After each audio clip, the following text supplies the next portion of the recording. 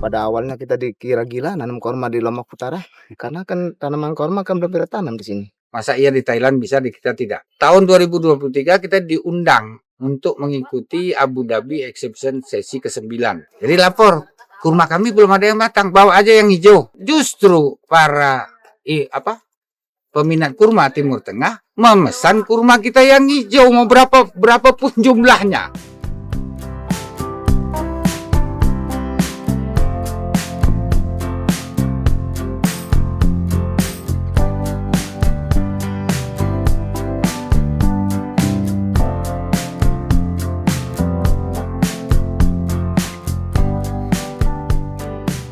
Di kaki megah Gunung Rinjani, sebuah kejutan besar sedang tumbuh.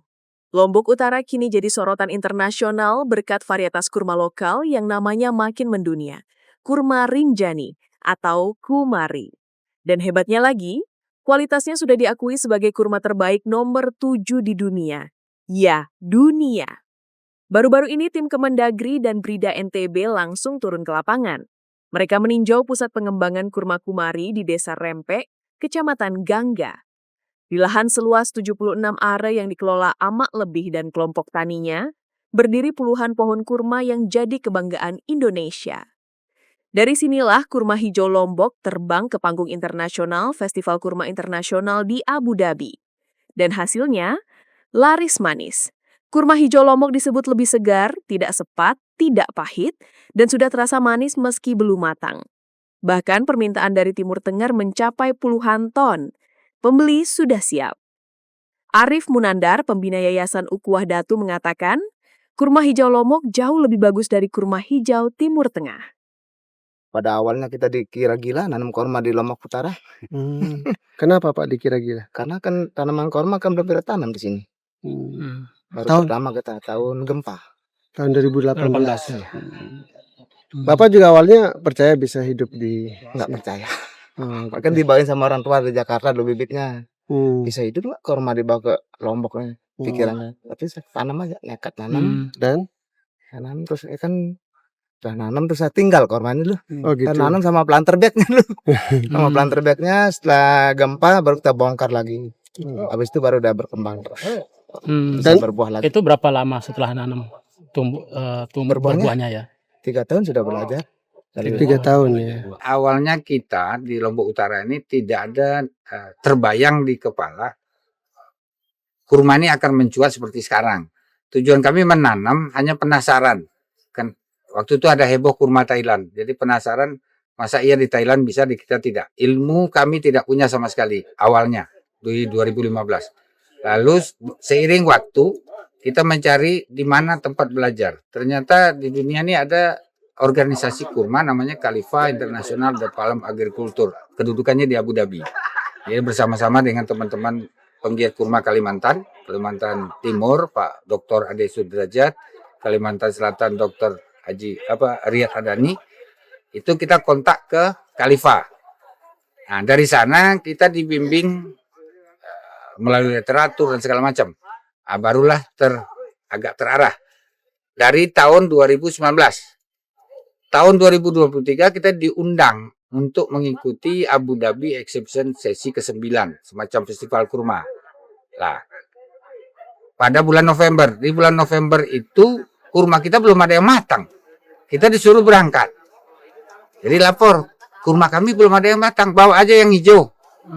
Bawalah kurma yang hijau. Kita kan belum tahu nih apa layak apa enggak, belum ngerti. Ternyata sampai di Abu Dhabi kurma hijau kita itu seperti yang dicicipi tadi masih hijau, sudah tidak sepat, sudah ada rasa manisnya, kayak makan apa istilah sekarang, crunchy gitu ya. Ada segar-segarnya dan segala macam. Nah, 2005 kita berangkat lagi kemarin, justru para peminat kurma Timur Tengah memesan kurma kita yang hijau, mau berapapun jumlahnya. Bukan main.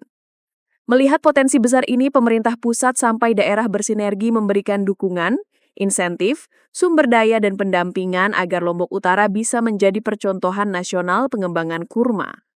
Tapi tentu tantangannya ada. Produksi harus konsisten, demand dunia besar dan keberlanjutan adalah kunci. Jangan sampai hanya muncul sekali, hilang selamanya. Brida NTB kini bergerak cepat. Gubernur memerintahkan pembentukan pembibitan kultur jaringan demi meningkatkan kualitas dan kuantitas tanaman. Para ahli dari BRIN, UI, UGM hingga Brawijaya ikut turun tangan. Karena kurma bukan sekedar komoditas, ini peluang emas yang bisa mengurangi ketergantungan Indonesia pada kurma impor dan membawa NTB naik kelas di peta komoditas global. Tadi kami mendengarkan, saya kira sudah ada inisiatif-inisiatif untuk membangun infrastruktur untuk memudahkan proses channeling ya, transportasi dari tempat perkebunan sampai ke pasar. Saya kira ke depan NTB khususnya dan KLU perlu sarana yang lebih memadai agar proses pemotongan pos itu lebih membuat harga lebih bersaing ya di pasar internasional.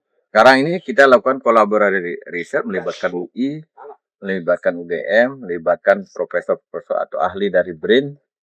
Kalau Brida mulai tahun ini mengembangkan pola bibit kurma ini kultur jaringan. Nah, sekarang Dengan kultur jaringan, kita juga ditunggu teknologinya nanti dari BRIN, kemarin saya sudah ketemu.